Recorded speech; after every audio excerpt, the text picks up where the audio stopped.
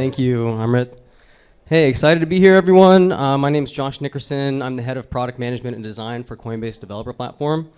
I love the theme of this event, this return to fundamentals. I think a lot of why we're here is to explore these foundational questions and assumptions in areas that a lot of us think are foundational and important for the future of crypto. In my opinion, I think a lot of folks here would agree, two such areas are AI and payments. So my talk here is going to cover what we're seeing folks build at the intersection of AI and payments. And my hope is that this can inform some of the conversations that you have throughout the event today. Just quick context on the lens through which I view this intersection of AI and payments. So my product is a developer platform. My customers are folks that are building on-chain apps, on-chain agents. Those span from like hackathon projects that people who are totally new to development, totally new to crypto are coming in and doing over a weekend, to small startups, to production grade, enterprise scale apps.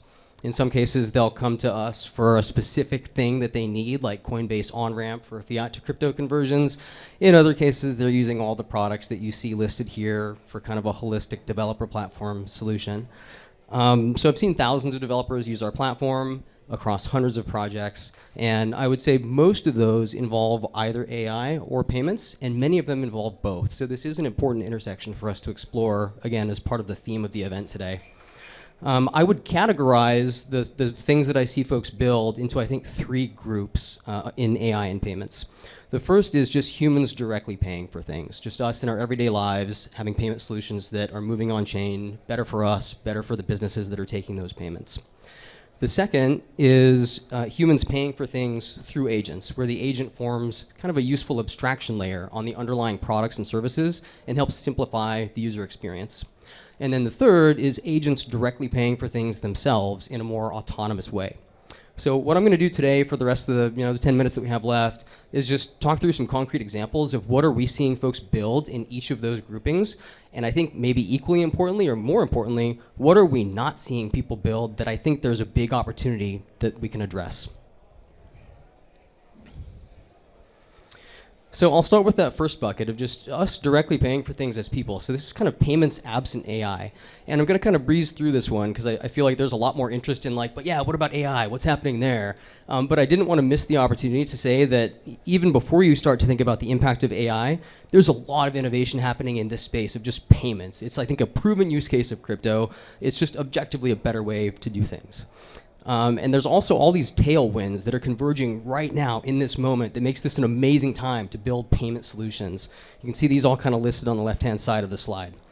So a concrete example that I'll walk through is this Shopify integration that was announced last month, where Shopify and Coinbase are partnering. Shopify is going to enable pay with USDC across millions of merchants that sell through Shopify. So think of the impact of that for payments moving on chain. Even if someone they're checking out with a merchant, they've already set up with Shopify, they've got some fiat, payment method in there, but they see this option of like pay with USDC. And some subset of those folks are going to be like, well, what is this? And they're going to kind of get on board because of this. From a technical perspective, this was actually a really interesting problem to solve. If you're technically minded, you can scan the QR code down here at the bottom. This goes to the base engineering blog. It kind of explains what we did here. But when you, for us as just people buying things, you don't really think about this, but it's not just a simple peer-to-peer direct transaction with the merchant. There's a bunch of asynchronous checks that a merchant has to do behind the scenes, like inventory, authorizing your payment, tax, compliance stuff. And so that all has to be done before the merchant actually takes your payment. So there kind of needs to be this layer in between that is kind of like escrowing funds until that stuff all gets done, and then the merchant can take the payment. We never perceive this as consumers because it's abstracted from us. And so today, as we all know, that intermediary layer is kind of on TradFi rails. It takes days, there's high fees, it's inefficient. We are all aware of the problems with that. And so that's a great solution for smart contracts to kind of supplant that escrow layer. And that's what we built. So we partnered with Shopify, launched this on-chain payment protocol. It's an open protocol that anyone can contribute to, anyone can use. You can fork it and do your own thing. And so it replaces that intermediary escrow layer with a series of smart contracts, and then has these operators that are able to use our wallets for the kind of scale, security, simplicity that you need to control this payment flow. Other things I'm seeing people build in this space are things like cross-border remittance or cross-border payments. So individuals need to do that for various reasons, and businesses need to do that. In terms of the problems that I'm not seeing people solve in this space, it's great that merchants can accept payment in crypto, but think about all the other things that a business has to do with payments. They've got to pay their suppliers and their vendors, which may be in different geographies from the one they're in. They have to pay their employees, payroll. They have to do inventory and accounting and compliance. And think about how much of that stuff is not on chain today that could be, and could be 10 times or 100 times more efficient if it moved on chain. So I think there's a huge opportunity to build in that space. I think that there are companies that don't exist today that are going to be born and become billion-dollar companies solving problems in that space on chain. So I'm hoping that I'll see more of that. So this is all just payments absent AI. Let's look at what happens if we bring AI into the picture. So like I said, I think the first bucket of that is just we're using agents as kind of an interface, where instead of me buying something, I can kind of talk to an agent and have a really nice natural language interface for that. So one example of this that I love is Byte AI.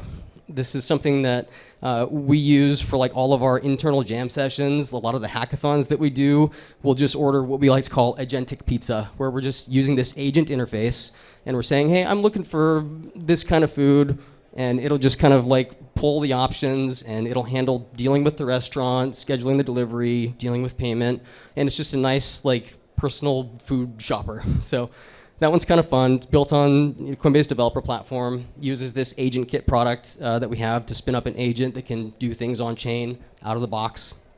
So that's kind of a fun one.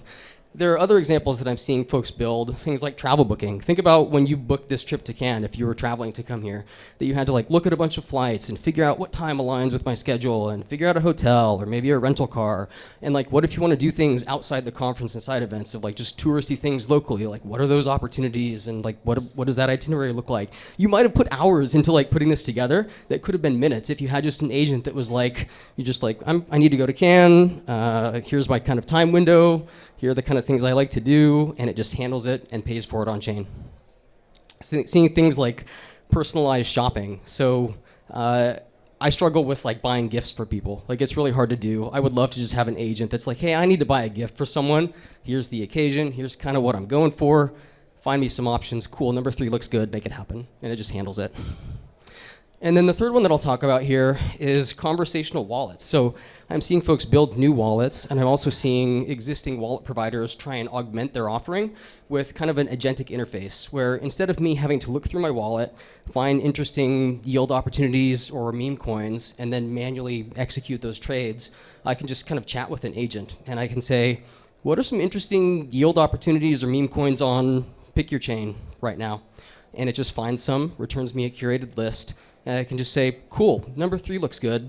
Take 10% of my USDC position and swap it into whatever that is. Really nice, simple interface that can kind of help bring the world on chain. In terms of what I think we still need to build in this space, I see builders have a ton of appetite for guardrails on a couple fronts. One is that they want their users to be able to set limits on what those agents can do. So I see that implemented a lot through the sort of smart wallet session keys, spend permissions, spend limits, where the user can just say, okay, the agent is allowed to spend X amount of money per time period, and they can control that. The other is that the builders want to be able to set their own controls on the agent and its wallet and what it's allowed to do. And so I see that implemented through a policy engine where they can set an allow list of addresses that the agent is allowed to send funds to. They can set maximum transaction amounts, transaction volumes. They can even constrain the space of DeFi protocols that the agent is allowed to engage with by allow listing contract addresses and smart contract methods that the agent can invoke. So a lot of that exists, like our policy engine supports all that, but there's also, I think, an opportunity to make that richer and easier for developers to use. So this is all kind of reactive, like I'm talking to an agent, I say do a thing, it does a thing, and now we're done. What does it look like if agents are kind of existing more continuously? So this, I think, is that third bucket of agents transacting in a more autonomous way, and I see a lot of really cool examples of this.